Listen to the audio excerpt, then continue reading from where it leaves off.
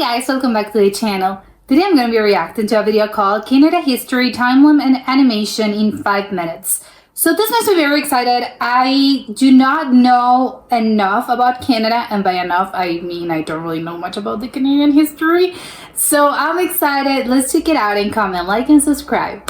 Canada, the second largest country in the world, occupies most of the northern part of North America. This is like, first of all, mind-blowing. It's the second largest. I think the first largest is probably like Brazil or probably India. No, I think it's Brazil. But still, like the United States, it's huge. And to know that Canada is even bigger, like it's crazy to me. Bring the vast land area from the United States in the south to the Arctic Circle in the north. It is a country of enormous distances and rich natural resources. Indigenous people lived in what is now Canada for thousands of years before the first Europeans arrived. Makes sense. They are known as the First Nations and the Inuit people. The first European people to come to Canada arrived between 15,000 and 30,000 years ago across a land bridge that joined Asia and North America. Around 1000 AD, the Viking explorer Leif Erikson reached Newfoundland, Canada. He tried. All right, I know about Leif Erikson. So yeah, so he made it to Canada, and he was a Viking. It always like, it's again quite surprising to know that Vikings sort of like arrived, were like the first Europeans to arrive to the American continent. I think that's like wild. It's like, why didn't they settle? Establish a settlement, but it didn't last. In the early that's my answer. It didn't last. They tried. It just didn't work. 16th century, Europeans started exploring Canada's eastern coast, beginning with John Cabot from England. Between 1534 and 1542, Jacques Cartier made 3 voyages across the Atlantic, claiming the land for King Francis I of France. Cartier had 2 captured guides speak the Iroquoian word Kanata, meaning village. By the 1550s, the name of Canada began appearing on maps. Parts of Canada. What does it mean, Canada? Oh well, yeah, of course. Like they just put Canada. Oh well, it just transformed into Canada. But it makes sense. Of course, they were French, and that's why they have like still French-speaking parts in this country. Is like, oh, okay, so the French history in this country like goes a long way back. Canada were settled by France and parts by Great Britain. In 1605, It's interesting that if this map, I'm guessing the map always is correct. The French arrived sort of like by like the east, and then on the west, like they were like the British is like, what did they do? Like they just surrounded the whole thing, like they just went to the Arctic. What was the deal there? Or did they just like cross by land? I don't know. It's kind of like weird to me that the British part was on the west. Royal was built in Acadia by the French, led by Samuel de Champlain. And 3 years later, didn't they have like some sort of connection with like New Orleans or something with the American South, sort of like Louisiana or something? Started settling Quebec. The French and Aboriginal people collaborated in the vast fur trade economy, driven by the demand for beaver pelts in Europe. Outstanding leaders like Jean Talon, Bishop Laval, and Count Frontenac built a French empire in North America that reached from Hudson Bay to the Gulf of Mexico. In the 1700s. Again, that's my answer. Like that's the connection. It was a huge empire. Like the thing from like it was what to again like Louisiana, like very south in the south of the U.S. up until like that up north. Like it's crazy. Like there was a lot of land there. France and Great Britain battled for control of North America. In 1759, the British defeated the French. Okay, I get it. It's related to the American South. Yes, what I'm thinking of. In the Battle of the Plains of Abraham at Quebec City, marking the end of France's empire in America. The commanders of both armies, Brigadier. Of course, that's why like there are no French-speaking parts in the U.S. and Louisiana and New Orleans. They have a lot of like French influence, but they're not actually. Of course, like they weren't French, but I think the British like actually won this. Well, maybe it shouldn't surprise me. I'm just like they lost the U.S., so you know I'm like a little surprised that but you know they won this, so you know good for them. Pierre James Wolfe and the Marquis de Montcalm were killed leading their troops in battle. Following the war, Great Britain renamed the colony the Province of Quebec. The French-speaking Catholic people, known as habitants. Oh my god, okay, it was literally in Quebec? Like, that's crazy. It wasn't even Canada or something of the sort. Like, Quebec was a very important, like, city. Like, the country was named after it at some point. Or Canadians strove to preserve their way of life in the English-speaking, Protestant-ruled British Empire. I could assume. After the American Revolutionary War, many people in the new United States wanted to stay loyal to Britain. Thousands came north to Canada and settled in Nova Scotia, New Brunswick, Quebec, and Ontario. Isn't that where a lot of like the Scottish people like went? But oh, maybe that explains it. But it's crazy. Like they wanted to remain loyal to the British. Like why? Don't you want independence? That's crazy to me. They were like, no, we're flying over to another country. Would you? Because we do not want to be independent unless they were actually like British and they consider themselves British and they were like, no, we're gonna be like invaded. We want to be like on our own. During the War of 1812, the United States tried to conquer Canada but were defeated. In 1866. Okay, I did not know that. They tried to conquer Canada. That was bad, actually. I think because they're always like, I think like in my mind, it's always like such a friendly relationship between like Canada and the US that I'm like, oh, they tried conquering them at some point? Like, no, that's bad. That's really bad. They shouldn't have done that. The province of Canada was joined by 2 other British colonies of New Brunswick and Nova Scotia through Confederation, forming a self-governing entity named Canada. Canadian. They also had a Confederate like situation, probably not similar to the one in the US, hopefully. And soldiers fought in World War I for the British Empire. More Canadians died in this war than any other war. Canada became better known as a country after its success in the... Maybe it's because there were like more people at that point, just the population had grown and that's why like a lot of people died. Capturing Vimy Ridge from the Germans in France in 1917. Oh. Women were given the right to vote by the end of the war, partly because of the help they gave making weapons while the men fought in Europe. That's in good. 1931, Canada became fully independent. Then the government of Canada made all decisions about Canada. The British Parliament passed the Statute of Westminster in 1931, which acknowledged Canada as a co-equal with the United Kingdom and the other Commonwealth realms. Oh yeah, because they're part of the Commonwealth, and I think like that's why they like don't they have like the British like the Queen on one of the money bills? Maybe not anymore, but that's why they are constantly like, oh, like the Queen and stuff. Well, maybe not that much, but I think that's why they're paying attention to what happens in the UK. It was a crucial step in the development of Canada as a separate state in that it provided for nearly complete legislative autonomy from the Parliament of the United Kingdom.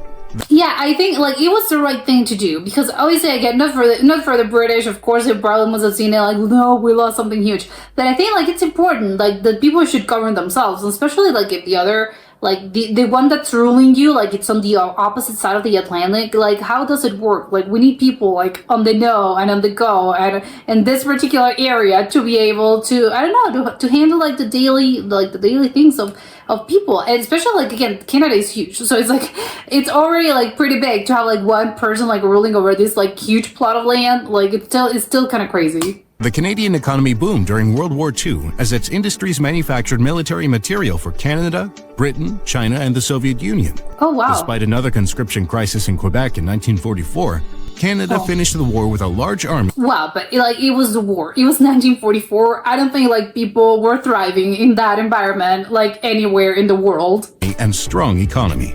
In the 1960s, the Quiet Revolution took place in Quebec, overthrowing the old establishment which centered on the Roman Catholic Archdiocese of Quebec and led to modernizing of the economy.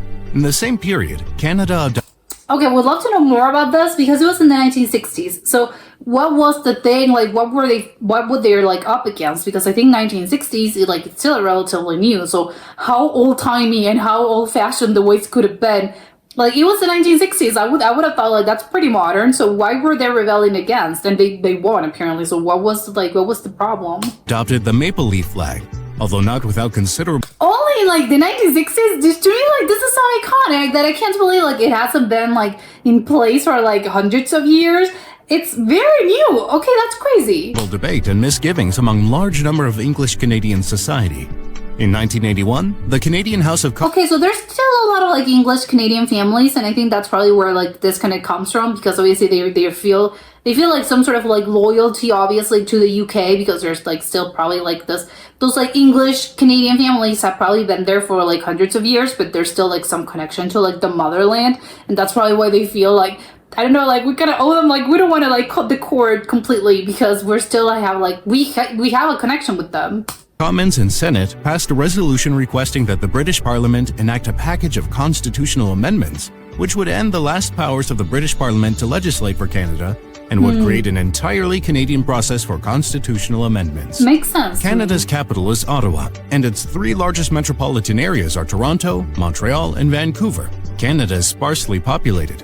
The majority... It's interesting that Vancouver, like it's the major city that's on the west side of the country, And the other sort of like famous, well, I know that there are other like famous like Canadian like towns, but it's interesting that a lot of like the central like hub-ups are like, again, they're in the east, which I'm like, I think that's weird. Well, maybe not that weird, just find it interesting. Majority of its land area being dominated by forest and tundra.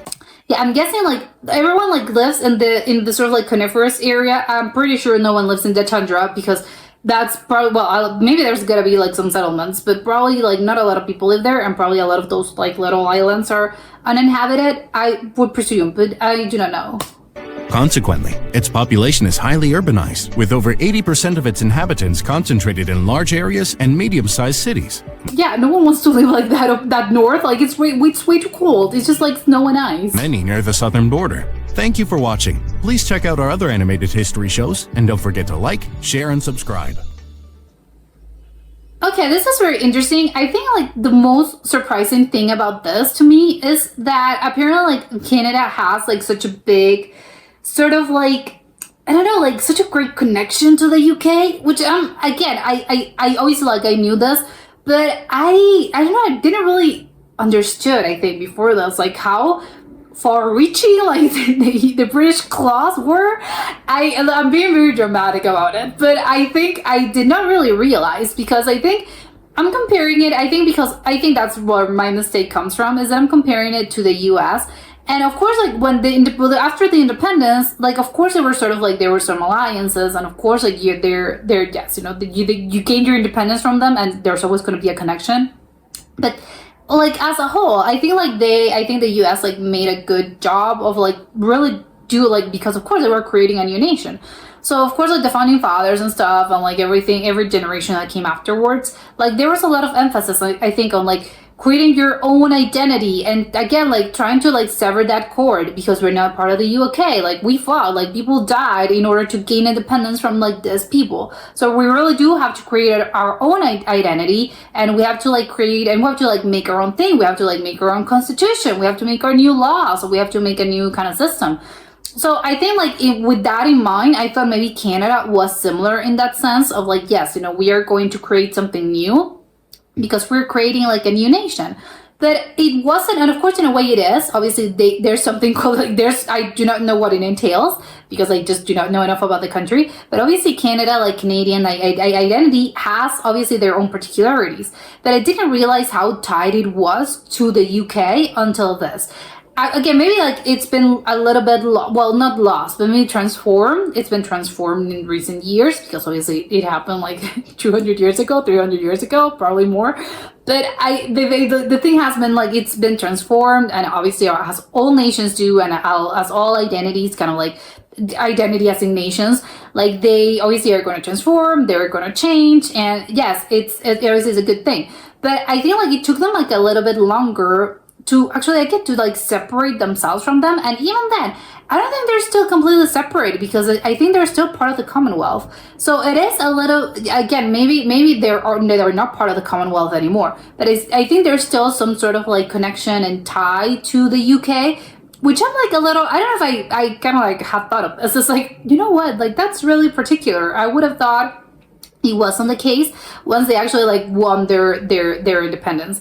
But I think it's, you know, again, it's very similar. I think because Canada and the US, I think I tend to think of them, they're obviously like very different countries, but I tend to think of them as more like probably a little bit more similar than most people like realize.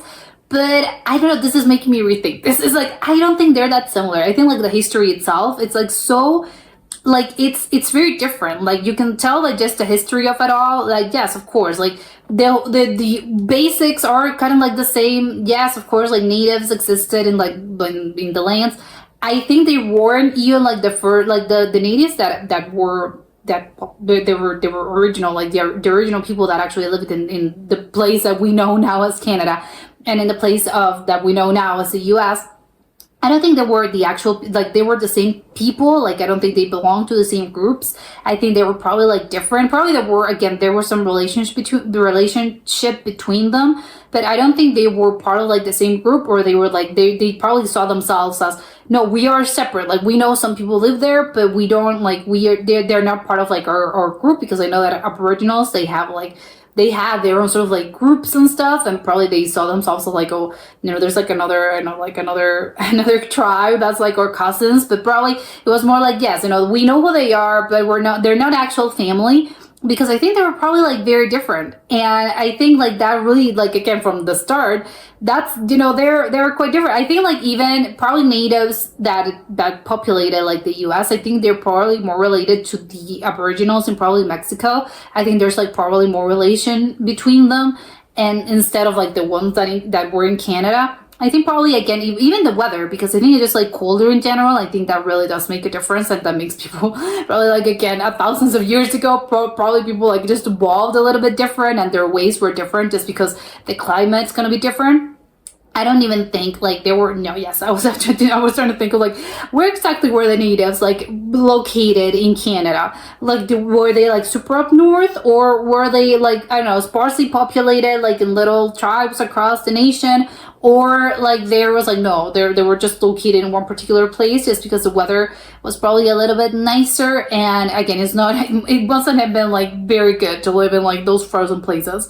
But again, I do not know enough. I would love to like do my own research about this, but whatever. Like the thing is that they were quite different from the very start. And then of course, like, yes, of course the British came, but and in the US I know it's the same. Like, yes, there were some French, like obviously there were some wars, but especially I think the South, like it was the one that had like that still to this day has a lot of like French influence.